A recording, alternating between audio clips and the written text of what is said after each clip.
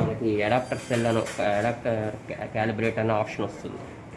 అది కొట్టగానే అది జీరోయింగ్ అంటారు. సేమ్ యాజ్ యూజువల్ మనం ఇంట్రా ఆర్టరియల్ లైన్కి జీరోయింగ్ ఎలా చేస్తామో ఈటీసీ-O2 కూడా జీరోయింగ్ అని అది లాగా అనమాట.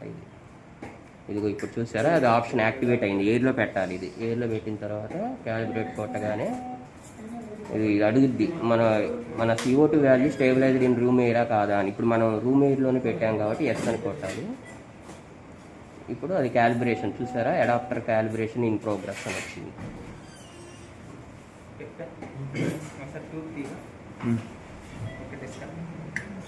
క్యాలిబ్రేటెడ్ అయిపోయింది. ఇప్పుడు మళ్ళీ స్టార్ట్ చేద్దాం.